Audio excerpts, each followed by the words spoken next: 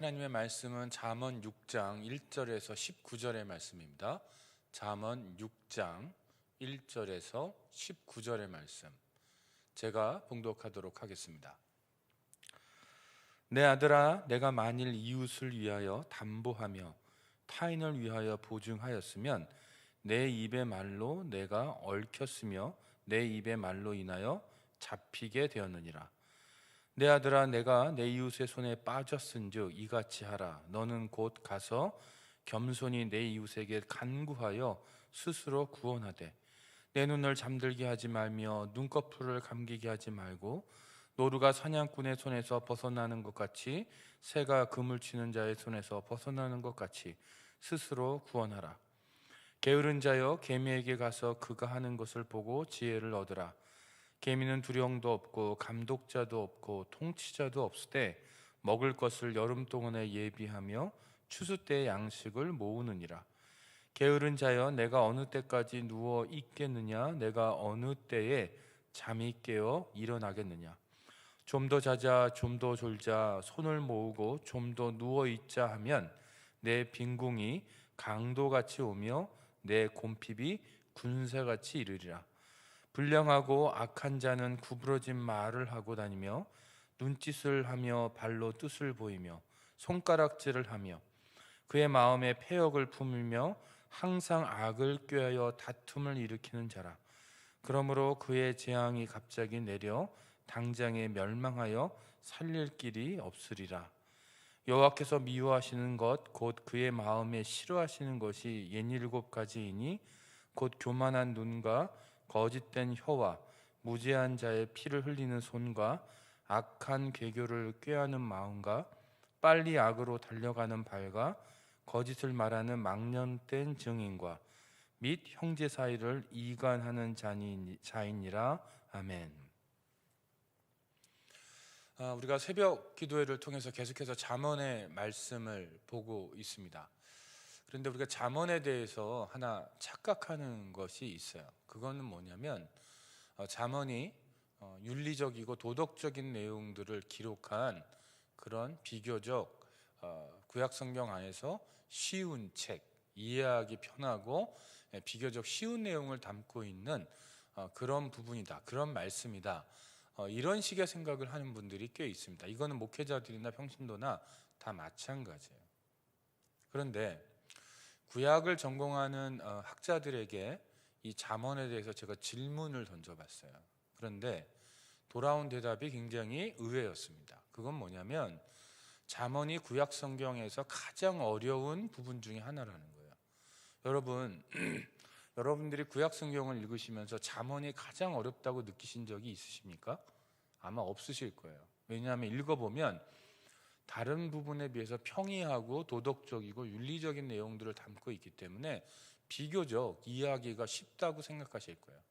그런데 실제로 구약학을 전공하는 교수들이나 또 학생들에게 물어보면 구약 성경 안에서 잠언이 가장 어려운 부분 중에 하나라고 이야기합니다.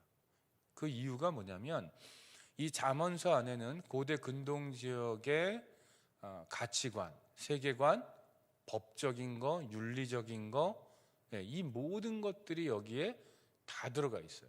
그렇기 때문에 고대 근동 지역의 이러한 내용들을 잘 모르고 잠언을 읽으면 엉뚱한 해석을 하기가 아주 쉽다라는 거예요.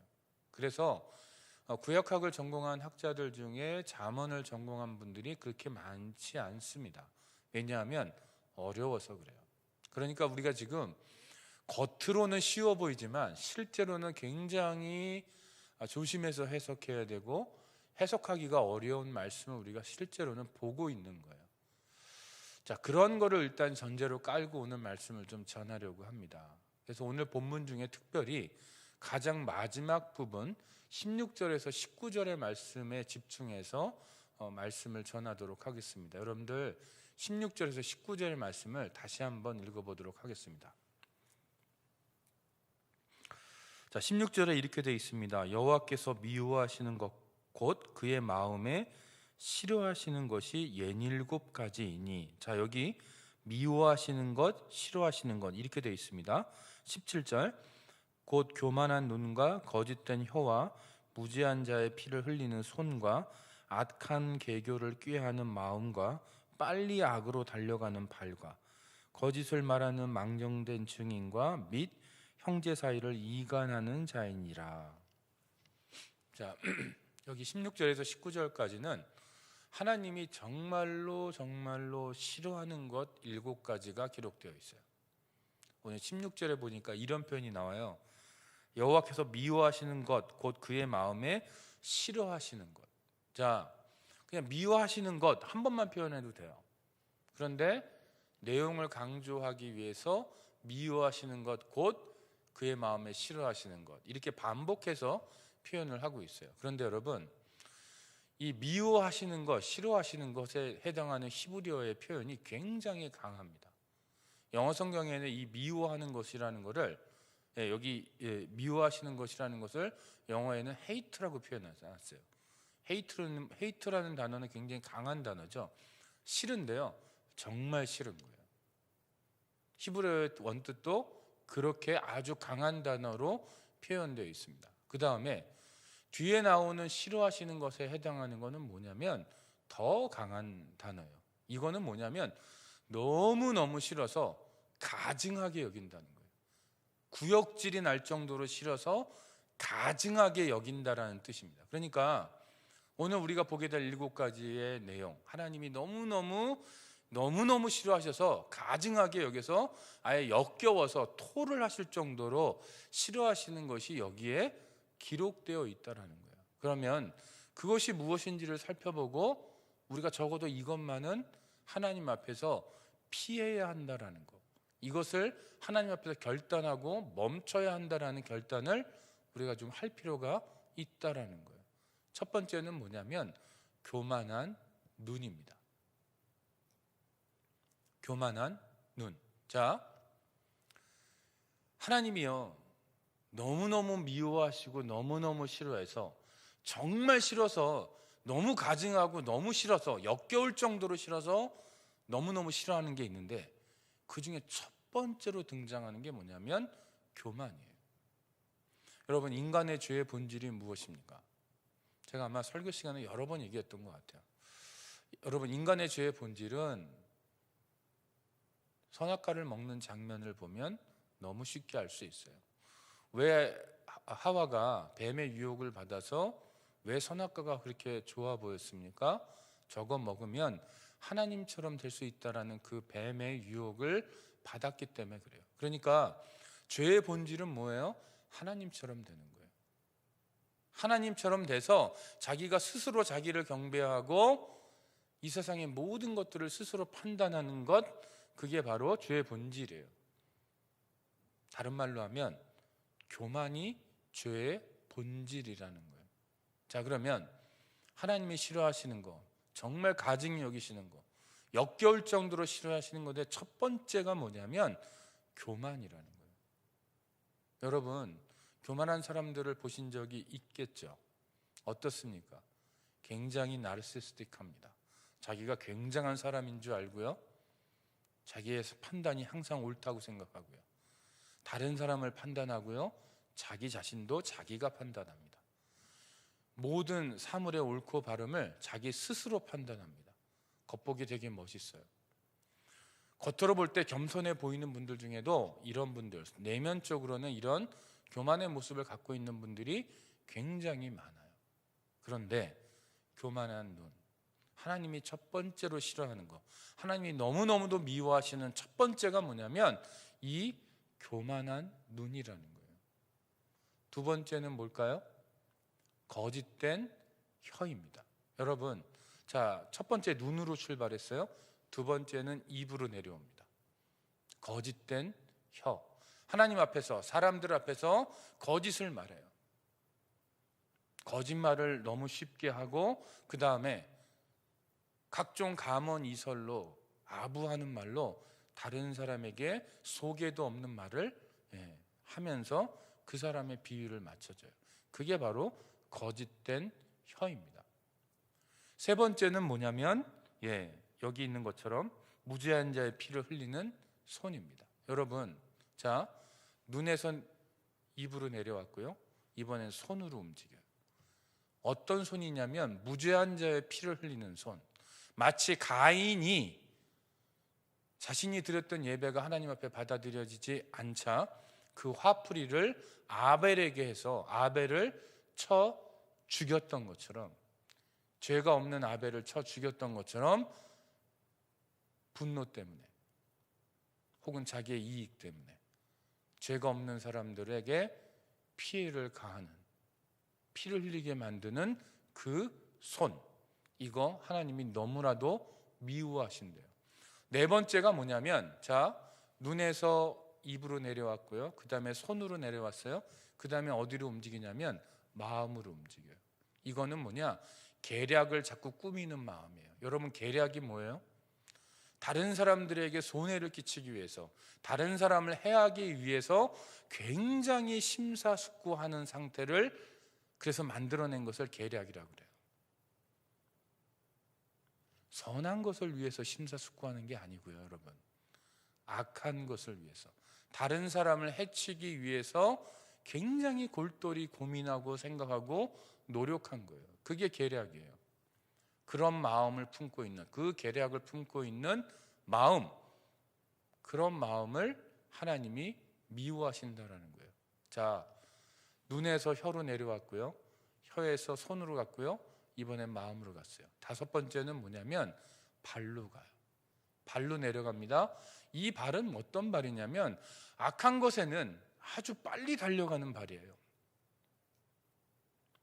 교회에서 보면, 교회에서 뭔가 선한 일을 할 때 굉장히 억지로 하는 분들이 있어요. 아예 참석하지 않는 분도 있고, 아예 하지 않는 분들도 있고, 억지로 할 수 없이 하는 분들도 있어요. 동기가 별로 주어지지 않아요. 불만이 많아요. 하기 싫은 거 억지로 하면서 얼굴 붉히는 사람들도 있어요. 그런데 교회에 어떤 문제가 생겨서 어떤 사람을 비난하고 비판하고 어떤 누군가에게 누명을 씌우고 책임을 전가하고 이런 일에는 정말 그 발이 빠른 사람들이 있어요. 어쩜 그렇게 그런 일에는 열정을 품고 달려드는지, 와, 기가 막힐 정도로 그렇게 하는 사람들이 있다라는 거예요. 악한 일에는 발이 빨라요. 그러나 선한 일에는 너무너무 느린 사람들, 하나님이 미워하시고 혐오하신다라는 거예요. 여섯 번째는 뭐냐면 거짓된 증언을 하는 거예요. 다른 사람 앞에서 누군가에 대해서, 어떤 사건에 대해서 거짓된 증언을 하는 것을 하나님이 너무 미워하신다라고 말씀합니다. 여러분, 십계명의 9번째 계명에 이미 이 말씀, 이 거짓 증언에 대한 말씀이 있어요. 여러분, 우리가 거짓 증언하는 게 쉬워요, 생각보다. 왜냐하면 우리가 교회에서 어떤 일이 있을 때, 누구 사회생활 가운데 어떤 일이 있을 때 나하고 친한 사람이 나에게 부탁하면, 내가 이런 일이 있는데 좀 나를 위해서 이렇게 좀 얘기해 줘 라고 부탁을 받으면 우리는 쉽게 그 말에 넘어간다라는 거예요. 내가 좋아하는 사람, 평상시에 나에게 도움을 줬던 사람, 얼마든지 그들을 위해서 우리가 거짓 증언할 수 있다라는 거예요. 교회에서도 문제가 터져보면요, 얼마나 많은 거짓 증언들이 나오는지 몰라요. 그런데 하나님은 그런 거짓 증언에 대해서 미워하고 싫어하신다, 너무너무 혐오하신다라고 말씀하세요. 그리고 마지막에 일곱 번째는 뭐냐면 형제들을 이간질하는 것. 여러분, 성령은 어떤 영입니까? 하나 되게 하는 영이에요. 연합하게 하는 영이에요. 그런데 형제들을 이간질하는 사람은 어떤 사람들이에요? 성령을 거슬러서 하나 된 것을 쪼개버리는 사람들이에요. 교회 안에 이런 일이 많죠. 특히 문제가 많은 교회들을 가보면 이렇게 이간질하는 게 너무 많아요. 여러분, 겉에서 보면 그 이간질하는 사람들이 그냥 이간질하는 것 같지만 실제로는 성령을 거스르고 있는 거예요. 실제로는 마귀의 종이 돼서 마귀에게 완전히 사로잡혀서 쓰임받고 있는 거예요. 그런데 그런 사람들이 그것에 대해서 전혀 인식을 못합니다. 그래서 하나님은 형제들을 이간질하는 사람들을 너무나도 미워하시고 싫어하신다, 가증하게 여기시고 혐오하신다라고 말씀합니다. 여러분, 교만한 눈, 우리는 어떠해야 됩니까? 지혜로운 사람은, 잠언서잖아요, 지혜잖아요. 그러면 지혜로운 사람은 그 눈이 낮은 곳에 있습니다. 거짓된 혀, 지혜로운 사람은 정직하게 진리를 말할 수밖에 없어요. 만약에 내가 거짓된 말을 하고 있다면 그것은 무엇에 대한 얘기냐면 나는 지혜가 없다라는 뜻이에요. 또 교만이 하나님이 싫어하시는 것의 첫 번째로 나왔다는 얘기는 뭐냐면, 여러분, 지혜의 반대말이 뭘까요? 아마 여러분들 이렇게 대답하실 것 같아요. 미련함. 근데 그렇지 않다라는 거예요. 여호와를 경외하는 것이 지혜의 근본이에요. 그렇다면 지혜의 반대말은 뭐냐면 교만입니다. 왜냐? 지혜의 근본은 여호와를 경외하는 건데 교만한 사람은 자기를 경외하거든요. 자기의 판단을 신뢰하거든요. 자기가 내리는 모든 결정을 신뢰하거든요. 다른 사람들 자기 마음대로 다 판단해 버리거든요. 자기를 경외하고 있는 거예요. 그래서 이 세상에서 가장 미련한 사람이 누구냐? 이 세상에서 가장 지혜가 없는 사람이 누구냐? 바로 교만한 눈을 갖고 있는 사람들이에요.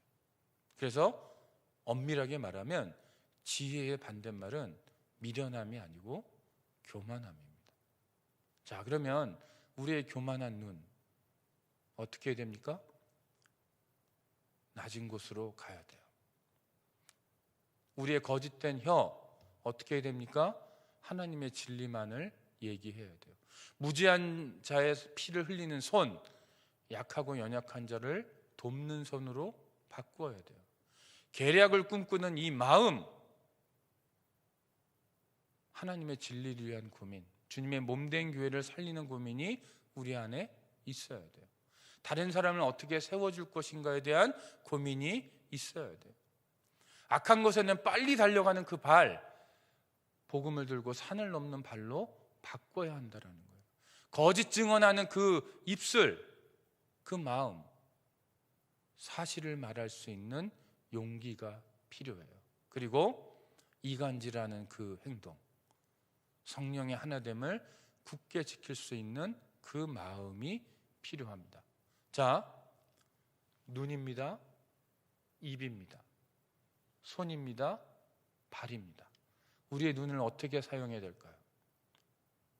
우리의 눈을 교만한 눈이 아니고 오직 하나님만을 바라보는 눈으로 바꾸셔야 돼요. 우리의 입, 찬송하는 입으로 바꾸셔야 되고, 기도하는 입으로 바꾸셔야 되고, 진리를 암송하고 성경 말씀을 암송하고 그것을 말하는 입으로 바꾸셔야 돼요. 우리의 손, 다른 사람을 돕고 세워주는 손으로 바꿔야 돼요. 우리의 발, 주님의 복음을 전하는 발로 바꿔야 돼요.